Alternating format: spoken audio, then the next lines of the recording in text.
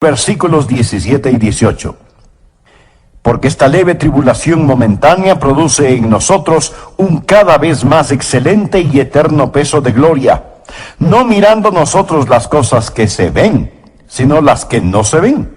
Pues las cosas que se ven son temporales, pero las que no se ven son eternas. Pablo está haciendo un contraste entre la levedad de sus tribulaciones presentes y el peso de la gloria que será nuestra.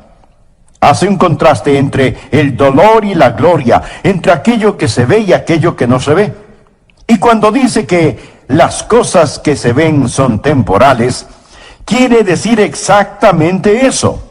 Son temporales, son transitorias, pero las cosas que no se ven son eternas.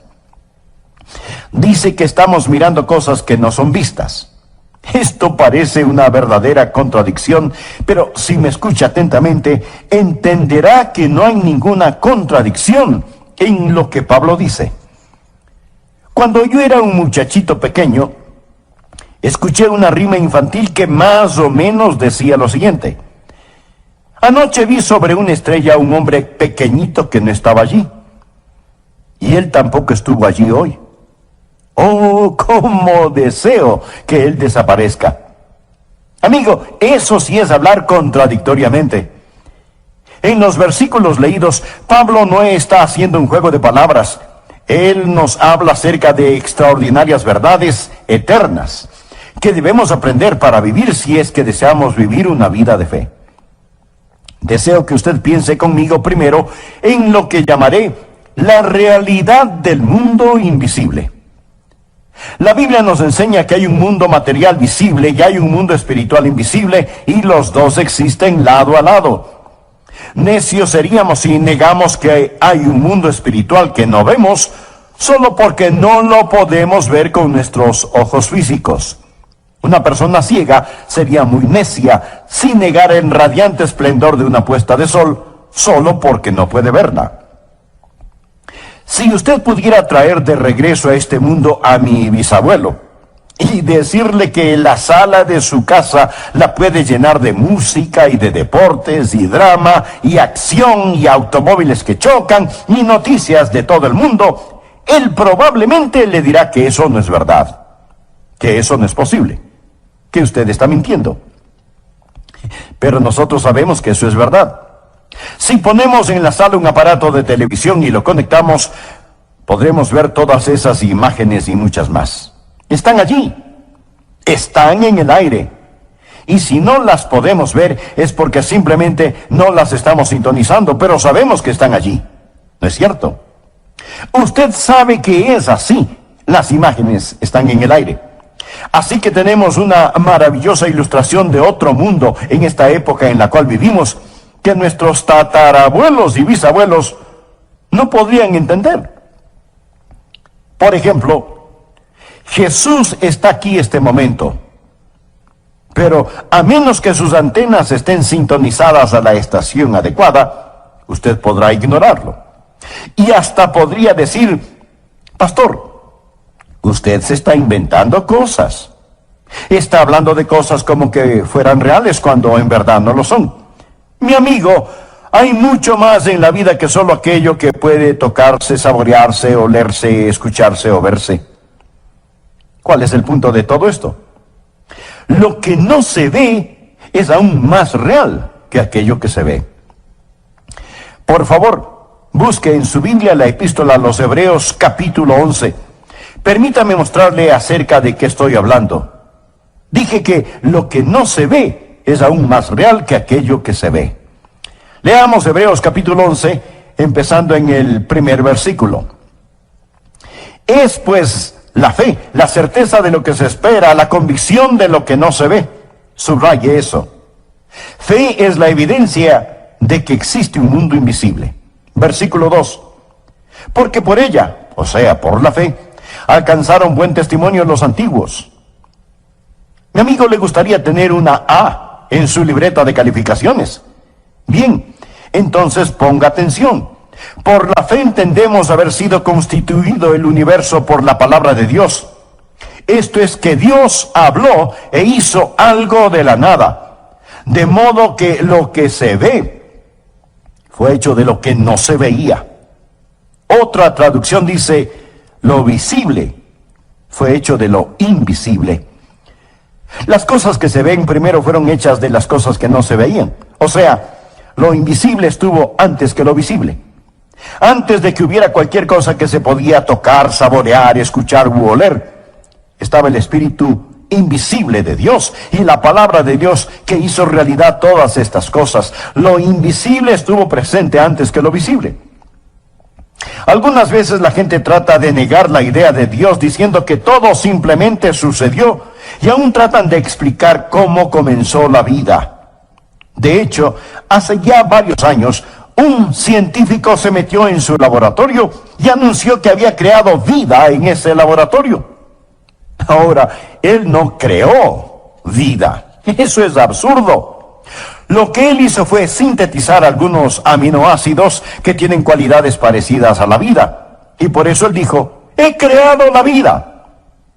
Por supuesto, poco tiempo después, muchos otros científicos comenzaron a reírse y a burlarse de él. Eso sería como el caso de un hombre cuyo padre era un excelente maestro constructor, que había construido una extraordinaria y hermosa mansión. Mientras su padre estaba ausente, este hombre tomó las herramientas de su padre, los materiales de construcción, los planos detallados y precisos, los estudió cuidadosamente, miró detenidamente el modelo a escala y con todo lo que le pertenecía a su padre, construyó un pequeño gallinero. Y luego, observándolo, dijo, esto prueba que mi padre no existe. En cierta forma, eso es lo mismo que ese científico hizo en el laboratorio. Usó los materiales de Dios, las herramientas de Dios, el modelo de Dios, todo lo que le pertenecía a Dios, y sintetizó algo que ni siquiera era vida. Y con el pecho inflado por el orgullo, se comportó como si no hubiera Dios. Sin embargo, la verdad del asunto es que todo lo que él pudo hacer fue utilizar materiales que ya existían. Dios, en cambio, hizo todo de la nada. Así que el mundo invisible estuvo aquí primero.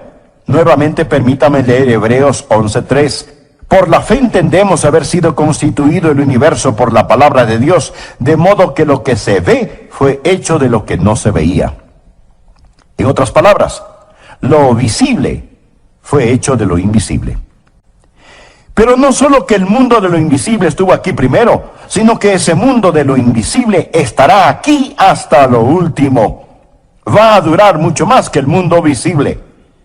Leamos lo que dice Pablo en 2 de Corintios 4:18. No mirando nosotros las cosas que se ven, sino las que no se ven, pues las cosas que se ven son temporales.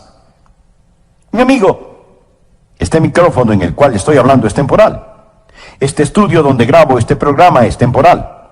El sofá, la silla o la butaca en donde usted está sentado ahora mismo es temporal. Y temporal quiere decir que tiene que ver con el tiempo, y el tiempo pasa y todo alrededor suyo está cambiando, arruinándose, desintegrándose. Es temporal. Por lo tanto, ¿qué es lo más real? ¿Aquello que se está acabando o aquello que nunca dejará de ser? Lo que estoy tratando de decir es que las cosas que no se ven son eternas. El mundo invisible es más real que el mundo visible porque el mundo invisible estuvo aquí primero y estará aquí hasta lo último. Y si usted está viviendo solo por las cosas que se ven, quiero decirle que se llevará una gran desilusión. Bien, le he hablado acerca de la realidad del mundo invisible, pero ¿cómo sabemos que está allí? Porque Dios mismo dice que está ahí. Nosotros seríamos necios si lo negáramos. Pero no solo quiero informarle de esa realidad, sino también de los recursos de la misma. ¿En qué nos beneficia saber que existe un mundo invisible? Bueno, hay grandes y vitales recursos en el mundo invisible que pueden ser nuestros, y le voy a decir cómo aprovechar esos recursos de acuerdo a la palabra de Dios. Veremos qué clase de recursos son, sabiendo qué significa este mundo invisible para usted y para mí. En primer lugar, sabemos que hay un mundo invisible, que es un enorme recurso cuando usted está enfrentando problemas. Y todos enfrentamos problemas. Si usted no ha tenido ningún problema últimamente, pues solamente espere. Le aseguro que en su camino hay un problema que lleva su nombre. Ahora permítame aclarar que el ser un creyente no le hace a usted inmune a los problemas. Segunda de Corintios 4, empezando en el versículo 3. Pero si nuestro evangelio está aún encubierto, entre los que se pierden está encubierto. Ahora la gente perdida no puede entender las cosas espirituales porque no tienen ni antena ni receptor espiritual para poder sintonizar la estación JESUS, Jesús, en los cuales el Dios de este siglo, note que aquí la palabra Dios es con D minúscula y se refiere a Satanás, quien es el Dios de este mundo, no a nuestro Dios todopoderoso. Sigue diciendo Pablo, en los cuales el Dios de este siglo cegó el entendimiento de los incrédulos, para que no les resplandezca la luz del evangelio de la gloria de Cristo, el cual es la imagen de Dios. Estas personas están ciegas, pero no en el sentido físico, sino en el sentido espiritual. ¿Quién las ha cegado? Pues Satanás, el Dios de este mundo. Él ha cegado las mentes de aquellos que no creen. ¿Por qué? Porque Satanás no quiere que la luz del glorioso evangelio del Señor Jesucristo, el cual es la imagen de Dios, brille sobre ellos. Sigamos con el versículo 5. Porque no nos predicamos a nosotros mismos, sino a Jesucristo como Señor, y a nosotros como vuestros siervos por amor de Jesús. Bueno, Pablo, si tú predicas a Jesús, Dios te va a bendecir. El mundo va a ser bueno contigo, tú no tendrás ningún problema. Ay, mi amigo, bien solo hay que esperar a ver si es que eso es cierto. Porque Dios, que mandó que de las tinieblas resplandeciese la luz, es el que resplandeció en nuestros corazones para iluminación del conocimiento de la gloria de Dios en la faz de Jesucristo. Pero tenemos este tesoro, esto es, la gloria de Dios, en vasos de barro, para que la excelencia del poder sea de Dios y no de nosotros. Mi amigo, somos como vasos de barro, y la única cosa que nos hace valiosos, o lo único bueno acerca de usted, o de mí, o de cualquier persona sobre la tierra, es nuestra relación con Jesucristo, el tesoro que está en estos vasos de barro. Luego Pablo describe la dificultad en la cual se encuentra. Estamos atribulados en todo, mas no angustiados, en apuros, mas no desesperados, perseguidos, mas no desamparados, derribados, pero no destruidos. Pablo está diciendo, he sido derribado, pero no vencido. Siempre me levanto, llevando en el cuerpo siempre, esto es, en este vaso de barro, por todas partes la muerte de Jesús, para que también la vida de Jesús se manifieste en nuestros cuerpos. Pablo dice, escuchen, no es a mí a quien persiguen, es a Jesús. Yo simplemente tengo a Jesús en este vaso de barro, y la razón por la que ellos siguen golpeando y persiguiendo a este vaso terrenal es porque en este vaso de barro hay un tesoro. Y en vez de atesorar este tesoro, ellos detestan este tesoro, y por eso me persiguen. Pero cuando soporto estos golpes, los soporto solo por Jesús, quien soportó golpes por mí. Llevo en mi cuerpo la muerte de Jesús porque Él murió por mí. Y cuando reacciono con amor, con sabiduría, cuando reacciono con valentía y gentileza, ¿qué es lo que ellos ven? Cuando el vaso de barro es roto, ellos ven resplandecer a Jesucristo. Ellos ven ese tesoro cuando el vaso terrenal es roto. Pablo textualmente dice, llevando en el cuerpo siempre por todas partes la muerte de Jesús, para que también la vida de Jesús se manifieste en nuestro cuerpo. La gente verá a Jesús en usted si frente a los problemas, angustias, penas y dolores reacciona como un creyente debe hacerlo. Notemos lo que Pablo dice en los versículos 11 y 12. Porque nosotros que vivimos siempre estamos entregados a muerte por causa de Jesús, para que también la vida de Jesús se manifieste en nuestra carne mortal, de manera que la muerte actúa en nosotros y en vosotros la vida. Lo que Pablo está diciendo es, mientras más muero a mí mismo, estoy mucho más dispuesto a soportar sufrimientos por Jesucristo. Y así su vida brilla mucho más en mí. Pero teniendo el mismo espíritu de fe, conforme a lo que está escrito, creí, por lo cual hablé. Nosotros también creemos, por lo cual también hablamos, sabiendo que el que resucitó al Señor Jesús, a nosotros también nos resucitará con Jesús y nos presentará juntamente con vosotros. Pablo dice, escuchen, yo creo lo que creo y por lo tanto digo lo que digo. Yo puedo morir, ellos pueden matarme, pero yo sé que el mismo Dios que levantó a Jesús me levantará a mí también y levantará también a usted. Y juntos nos presentaremos a Jesús. Luego Pablo nos informa por qué sufre. Porque todas estas cosas padecemos por amor a vosotros, para que abundando la gracia por medio de muchos, la acción de gracia sobreabunde para gloria de Dios. Por tanto no desmayamos, o sea, no nos daremos por vencidos. Antes, aunque nuestro hombre exterior se va desgastando, el interior, no obstante, se renueva de día en día. Bueno, Pablo, pero ¿cómo haces eso? ¿Qué es lo que te motiva? ¿Qué es lo que te mantiene en movimiento? ¿Cómo es que puedes sufrir así? Casi te ahogas en el Mediterráneo, te azotaron muchas veces con el látigo, te apedrearon hasta creerte muerto, luego pasaste hambres y sufrimientos en una prisión. Pablo, ¿cómo pudiste soportar todo esto? Mi amigo, la respuesta la tenemos en 2 versículos, 17 y 18. Porque esta leve tribulación momentánea produce en nosotros una cada vez más excelente y eterno peso de gloria, no mirando nosotros las cosas que se ven, sino las que no se ven. Pues las cosas que se ven son temporales, pero las que no se ven son eternas.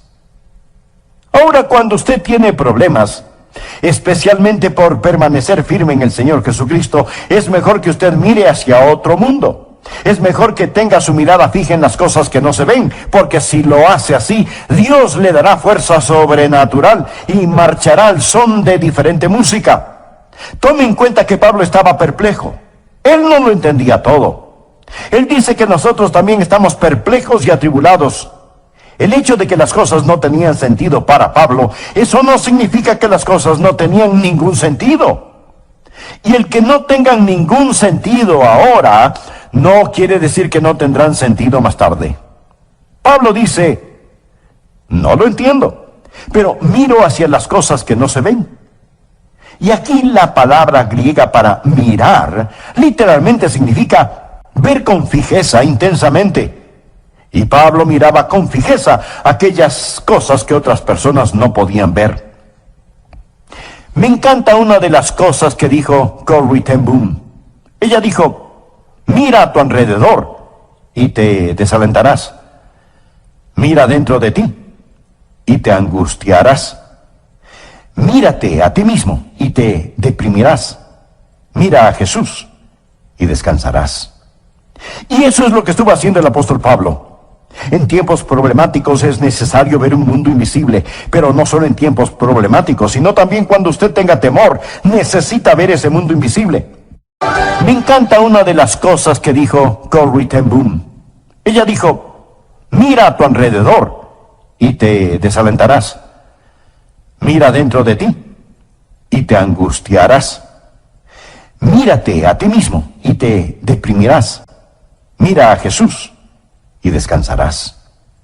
Y eso es lo que estuvo haciendo el apóstol Pablo. En tiempos problemáticos es necesario ver un mundo invisible, pero no solo en tiempos problemáticos, sino también cuando usted tenga temor, necesita ver ese mundo invisible. Por favor, por un momento vayamos al Antiguo Testamento. Busque el capítulo 6 del segundo libro de Reyes.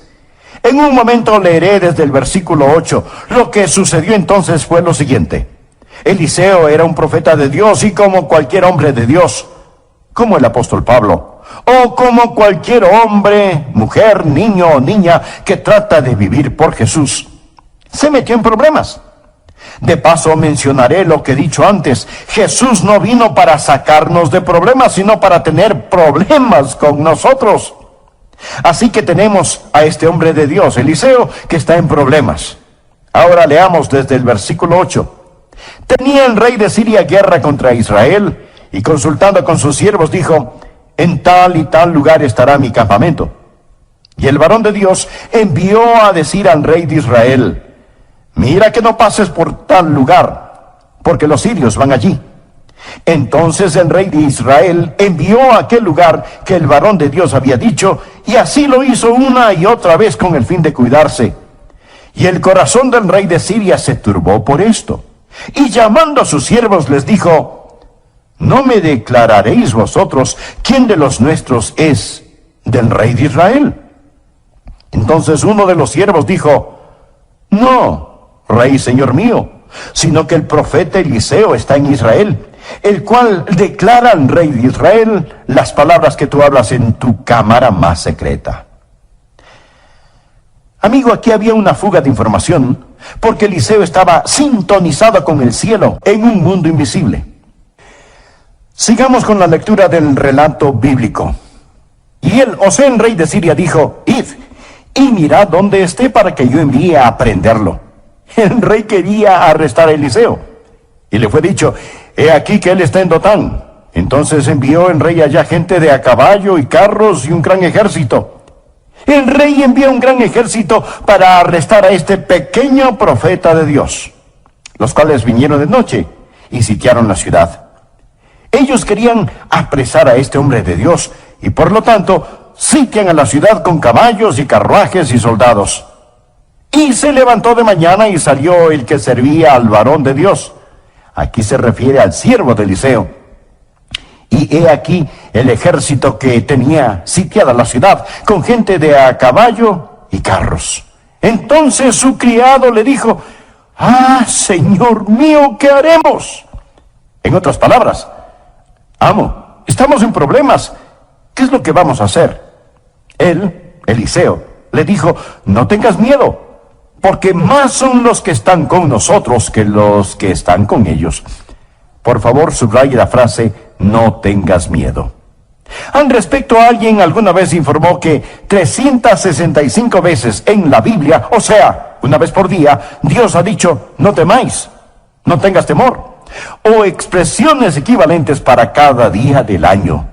Y oró Eliseo y dijo: te ruego, oh Jehová, que abra sus ojos para que vea. Ahora este joven criado de Eliseo probablemente ni siquiera usaba lentes todavía.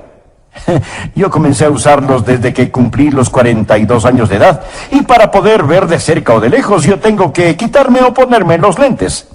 Pero aquí estamos hablando de un hombre joven, siervo de Eliseo. Y oró Eliseo y dijo: te ruego, oh Jehová, que abra sus ojos para que vea. Entonces Jehová abrió los ojos del criado, no sus ojos físicos, sino sus ojos espirituales, y miró. Y he aquí que el monte estaba lleno de gente de a caballo y de carros de fuego alrededor de Eliseo. El enemigo tenía sus soldados y Dios tenía sus soldados. Pero el punto que deseo que usted entienda es este: cuando usted tiene temor y el diablo la ha intimidado y grita contra usted, entonces usted necesita entender que el ángel del Señor acampa alrededor de los que le temen y los defiende. Necesitamos entender que hay un ejército invisible allá afuera, alrededor suyo y alrededor mío. El ángel del Señor acampa alrededor de los que le temen. Anota el siguiente versículo, Salmo 68, 17. Los carros de Dios se cuentan por veintenas de millares, y Dios está en medio de ellos. Lo que necesitamos hacer cuando tenemos temor es orar y decir: Señor, abre mis ojos. Ayúdame a ver que tú estás conmigo. Tantas y tantas veces que estamos en peligro y ni siquiera lo sabemos. Tantas y tantas veces Dios habrá enviado un ángel protector para que nos levante, para que nos cuide. Una vez yo enfrenté un muy serio peligro y ese peligro pasó. Pero cuando estuve en ese muy serio peligro físico, yo me refugié en la palabra de Dios y leí: no moriré, sino que viviré, para dar testimonio del evangelio de la gracia de Dios. Y Dios tomó estas palabras y me las dio. Pero la cosa extraña fue que varios días después recibí 3 cartas de diferentes partes de los Estados Unidos, y el contenido de las cartas fue casi idéntico. Pastor Adrián, ¿estuvo en dificultades o problemas? Porque Dios puso en mi corazón que debía orar por usted. No lo entiendo, pero Dios me dijo que debía orar especialmente por usted. Mi amigo, déjeme decirle que fue una gran bendición el recibir esas cartas. Es una extraordinaria bendición el saber que el ángel del Señor acampa alrededor de los que le temen. Dios es un Dios bueno, Él protege a los suyos. Y si en tiempos problemáticos nosotros pudiéramos ver, si nosotros pudiéramos ser como el apóstol Pablo y decir: Señor, muéstrame las cosas que son eternas. Si nosotros en tiempos de temor y persecución pudiéramos decir: Señor, abre mis ojos para que pueda ver los ángeles que acampan a mi alrededor protegiéndome. Nadie puede tocarnos, ninguna cosa puede tocarnos, excepto que venga a través del ángel de Dios primero. Y si Dios lo permite, Él lo permitirá para su bienestar y para su gloria. En tiempos de tentación, si alguna vez es tentado, y le puedo asegurar que será tentado, usted necesita ver el mundo invisible. Volvamos a Hebreos 11. Es pues la fe, la certeza de lo que se espera, la convicción de lo que no se ve. ¿Puede ver eso? Teniendo esta declaración en mente, leamos los versículos 24 y 25. Por fe Moisés, hecho ya grande, rehusó llamarse hijo de la hija del faraón, escogiendo antes ser maltratado con el pueblo de Dios que gozar de los deleites temporales del pecado. Ahora tenemos que entender que Moisés pudo haber tenido riquezas increíbles.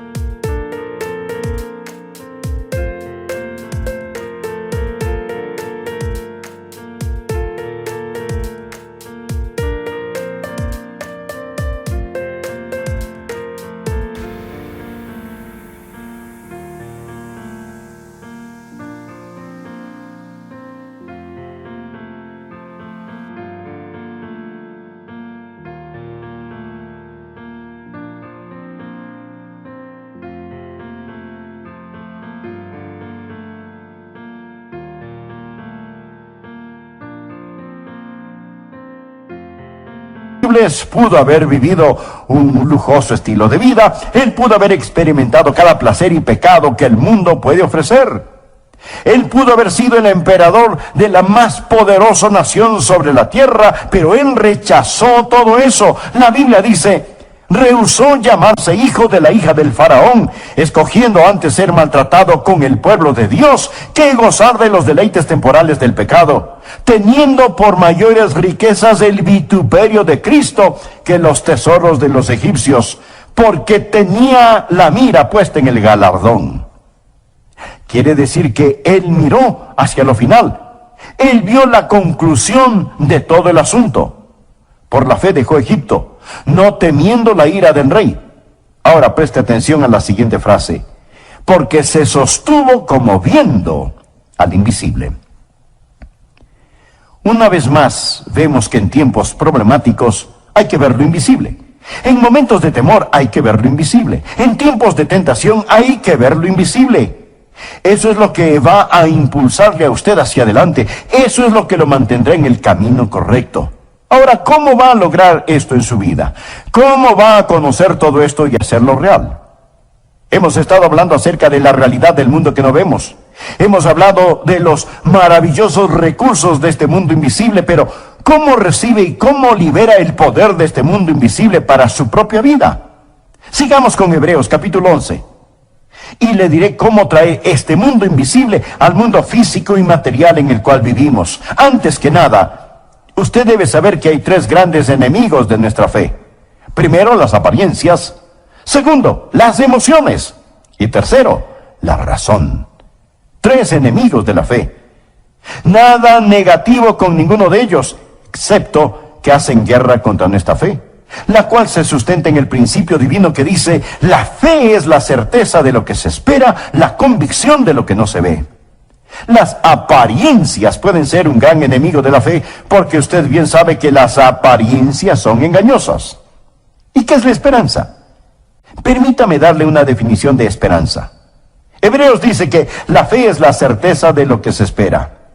Esperanza es la unión de la anticipación y la seguridad. Fe es la evidencia de la anticipación unida a la seguridad. Esperanza significa que hay algo que anticipamos va a suceder y es una anticipación llena de gozo. Cuando yo era un muchachito, podía anticipar cuándo iba a ser castigado, pero esa anticipación carecía de gozo. La esperanza significa la anticipación que, unida a la seguridad, está basada en las promesas divinas. La fe viene por escuchar la palabra de Dios. Cuando escuchamos la palabra de Dios tenemos esperanza y fe.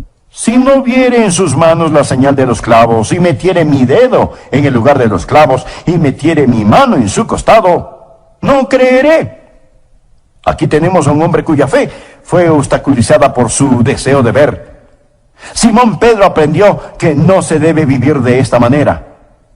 En 1 de Pedro 1:8 habla acerca de Jesús y dice: a quien amáis sin haberle visto, en quien creyendo, aunque ahora no lo veáis, os alegráis con gozo inefable y glorioso.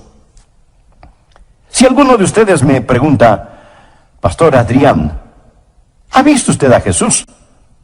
Le responderé: no, pero le amo. No lo he visto, pero le amo y creo en él. El problema es que algunas veces solo creemos aquello que nuestros sentidos nos comunican, en vez de dejar que sea la fe la evidencia de las cosas que no vemos, la certeza de las cosas que esperamos. Hay veces que oramos y decimos: Señor, yo creo. Pero sabemos en realidad que no creemos. Solamente decimos que creemos. Pensamos que si lo decimos, eso lo tornará en verdad. ¿Le ha pasado eso alguna vez? Oramos: Señor, realmente voy a creer en ti para esto. Pero sabemos que no estamos creyendo. Y Dios sabe que no creemos, pero lo decimos de todas maneras. Pero esta vez yo sabía que creía, supe que Dios puso esa fe en mi corazón. Si usted alguna vez ha vivido por fe el tiempo suficiente y ha tenido experiencias de fe, usted sabe, o por lo menos piensa que tiene fe verdadera en su corazón, sabe que sin fe es imposible agradar a Dios.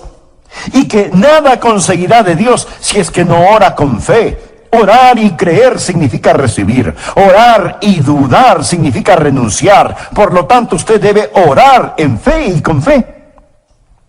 Otra cosa que nos impide el vivir en el plano de lo invisible son nuestras emociones. Algunas veces es lo que vemos lo que batalla contra nuestra fe. Otras veces son nuestras emociones. Y eso es muy semejante a aquello de que si no lo podemos ver, entonces lo queremos sentir. ¿Alguna vez ha tratado de orar y sus oraciones parece que no tuvieran sustancia? ¿Sabe de lo que estoy hablando? Sus oraciones son completamente secas y parece que lo único que usted está haciendo es un ejercicio sin ningún significado. Mi amigo, escúcheme. No deje que sus emociones le impidan creer en Dios. En realidad, sus emociones nada tienen que ver con su creencia. Dios realiza su más profundo trabajo en su espíritu, no en sus emociones. Sus emociones son la parte más superficial de su naturaleza. Y Dios nunca realiza su trabajo más profundo en la parte más trivial del ser humano. Y hay ocasiones, hay momentos cuando sus emociones simplemente no son lo que deben ser. Usted despierta una mañana con un fuerte dolor de cabeza y trata de tener un tiempo devocional.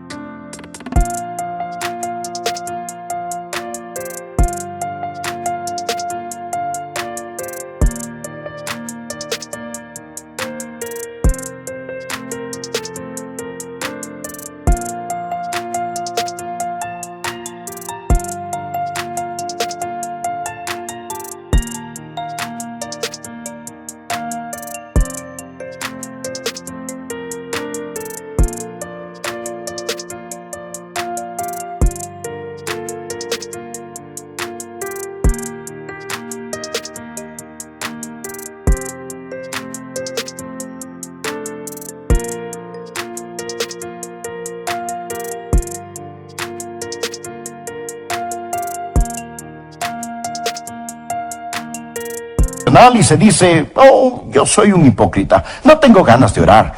Y Dios no escucha mis oraciones de todas maneras. Y usted siente como que si Dios estuviera miles de años luz de distancia. Tiene acidez estomacal, le duele la cabeza y no puede concentrarse en la oración. Y si usted no tiene cuidado, puede comenzar a sentirse nada espiritual. Y entonces se toma un Alka-Seltzer o algo por el estilo, se siente un poquito mejor, su mente se despeja, sale el sol, desaparece su dolor de cabeza y tiene un hermoso íntimo tiempo devocional. Y usted piensa: me siento tan cerca de Dios. Pero usted es la misma persona ahora que cuando tenía su dolor de cabeza. ¿Piensa que Dios estaba en esas tabletas de Alka-Seltzer que se tomó? De ninguna manera. Escúcheme, cuando usted se acerca a Dios en oración, no le ofrezca el vacío de sus emociones. Venga con sus manos llenas del incienso de la palabra de Jesús. Ore en el nombre de Jesús. Y como usted se siente, poco tiene que ver con eso. No es lo que ve, no es lo que siente. He descubierto eso muchas veces en la predicación y he predicado por mucho tiempo y he predicado muchísimos mensajes. Quiero compartir con usted un secreto. Hay veces en que no me siento con ganas de predicar. Y alguien podrá decir: usted está bromeando, pastor. Usted está siempre tan lleno de Dios que siempre está impaciente por predicar. Oh, mi amigo, desearía que eso fuera verdad. Algunas veces vengo a predicar, pero he estado enfermo o cansado o lo que sea, pero amo al Señor y vengo y trato de predicar y las palabras no son lo que yo quiero decir y no puedo pensar con claridad y tengo confusión y neblina mental y la lengua se me enreda y no sé qué hacer y digo: Señor, esto es terrible, esto es agotador. Pero cuando extiendo la invitación, parece como que si los cielos se abrieran y Dios me dice: Adrián, no es tu locuacidad, no son tus sonrisas, no son tus emociones, es mi poder el que cuenta. Mi amigo, necesitamos aprender a esta extraordinaria verdad una y otra vez. Algunas veces necesitamos recurrir a ese mundo invisible. Cuando enfrentamos problemas, temores y tentaciones, debemos comprender que hay allá un mundo invisible pero muy real y que Dios está trabajando. Algunas veces las apariencias o las emociones o la razón tratan de convencernos de que Dios no está en control de todo y trabajando. ¿Se acuerda del relato de cuando una gran multitud seguía a Jesús y Jesús le preguntó a Felipe: ¿cómo vamos a alimentar a todas estas personas? Felipe hizo cálculos y dijo que como para alimentar a todas esas personas era necesario el salario de un año de un trabajador. Mejor sería enviar a la gente a sus casas. Pero Jesús no lo hizo así. Y al final todos fueron alimentados. Y hasta sobró mucho alimento. Amigo, no deje que su corazón, su mente estén limitados por la lógica. Pero entiéndame, de ninguna manera estoy diciendo que es erróneo ser lógico. A mí me gusta ser lógico. Disfruto de las personas lógicas. Y la fe de ninguna manera es contraria a la razón. Sin embargo, la fe muchas veces va más allá de la razón. A menudo debemos preguntarnos: ¿no estamos simplemente calculando y planificando en vez de estar confiando en el Señor? Finalmente, permítame decirle lo siguiente. Cuando un ser humano vive por sobre el nivel visual, va a poder ver lo invisible y por lo tanto va a poder aprovechar en lo desconocido de aquel que es verdadero.